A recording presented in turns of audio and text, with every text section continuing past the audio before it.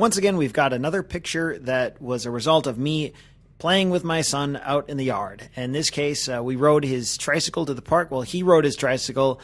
I didn't so much ride the tricycle as I did follow behind him. And we got maybe 2/3 of the way to the park, and he said, "Daddy, can you hold my trike?" And he just wanted to run. So I picked up his trike, and I just sort of walked with it. Well, he ran to the park. I didn't really intend on taking pictures necessarily, but I brought my camera with me since it was good lighting and good weather. It turns out the setting sun, this is maybe 7 o'clock-ish on a weekend. It was about 7 o'clock, and so there was setting sun, good light for photos, get that nice warm glow, casting these nice shadows. I thought it might be fun to take a picture of his tricycle. I kind of like, well, before I get to that, I tried a few different angles. I got super low to the ground eventually. And this one, I was actually laying on the ground. So the camera is maybe, I mean, you could see the blades in the grass right in the foreground. The camera lens was maybe like 6 inches above the ground, just above the grass. And it can be a little weird to put yourself in that position if you're not familiar with it. Most of us, we'll get out our iPhone or whatever we have with us to take a picture. And if something's low to the ground, we'll kind of point downwards. If you can crouch down, man, it's like a whole new world of photographic possibilities opens up to you. And sometimes if you just lay down on the ground, it can feel weird laying on the ground, pointing a camera at stuff, but you can get some really cool shots that way. And I'm not saying this is necessarily one of them, but just it's an example of how altering your perspective physically can change the photo. This trike is so small that unless you're really low to the ground, it doesn't really convey the sense of the trike being, it just makes the trike seem silly and little. But putting yourself low on the ground, like right on the same level as the trike in this case, kind of gave the tricycle a little more presence and a little more impression on the viewer of the photo, hopefully anyway.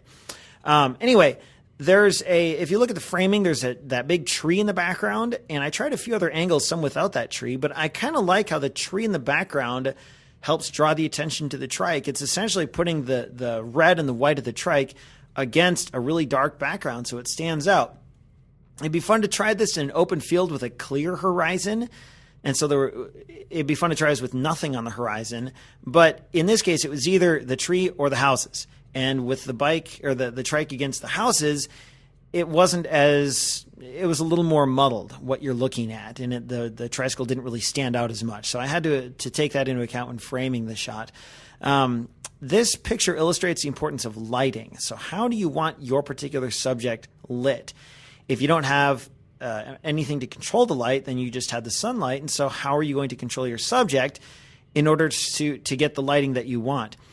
Are you going to use a flash? What about the shadows? All these things are stuff you have to consider when you're taking a picture. In this one, I used an aperture of f2.8. Again, I wanted that shallow depth of field. But you'll notice, and it's a little hard to see in this picture unless you go to the full size, the back wheel, the back left wheel, is just slightly out of focus. And so maybe 2.8 was a little too shallow. Maybe I could have gone up to like 3.3 or something like that. But other than that, I'm happy with the depth of field that I was able to get on this photo. I also cropped it just a bit, mostly on the top and left-hand side of the picture. It probably wasn't even necessary. I was pretty happy with the in-camera composition, but I wanted to bring it in just slightly on that trike. And sometimes you hear about people talking about megapixels. Well, this camera is 10 megapixels. This is 20. This is 25. The D800 is a 38 megapixel camera. I shot this with my D200. It's a 10 megapixel camera, and almost, I'd say like 95% of the photos on this Weekly 50 blog are shot with that D200, which is a super old camera. It's not a new camera. And I do that because I don't know. I leave my 50 on there and I take it outside a lot. And I don't really care if it gets damaged because it's so old. It's inexpensive if I wanted to straight up replace it, like buy a different one. They're like $200 or something. But in shooting with that old camera, where was I even going with that? I was talking about, the megapixels. So it's 10 megapixels. And nowadays, people talk about megapixels. Well, this camera is only 8 megapixels. This one's 15. It doesn't matter. It really doesn't matter. This picture at 10 megapixels is just fine. It would have zero impact if it were taken at 20 megapixels or 24 megapixels. The only advantage of those megapixels is it allows for greater cropping in post. And every now and then, I'd say if I take 100 shots, 98 of them are fine at 10 megapixels. It's that 2% roughly that I want to crop a little too much, and I wasn't able to zoom anything at all with my lens because I shoot with primes, and so I want to crop on my subject, and that 10 megapixels is just not quite enough. But even then, mostly it's fine. So I'm kind of getting off track here, but I want to illustrate that if you've got a camera that maybe it's old, maybe you shoot with like a 6 megapixel camera from the early 2000s, and there's a lot of those still in use. It's fine because unless you're doing crazy cropping, you don't need all those megapixels. It's about the lens. It's about the image sensor. It's about the dynamic range. It's about how you use light. It's not about the megapixels. So I'll get off that and continue now. It's also cool to study the exposure data afterwards. I shot this at ISO 200 at f2.8, and it resulted in an exposure of 1/2000th of a second. I shot this in aperture priority, so I set the ISO and the aperture, and the camera decided what shutter speed to use. If you study this data, if you're not sure how to go about shooting in manual mode, if you study this data, you can start to learn what you can adjust to get the photo you want. 1/2000th of a second is really, really fast. You don't need that fast to get a picture of a stationary tricycle.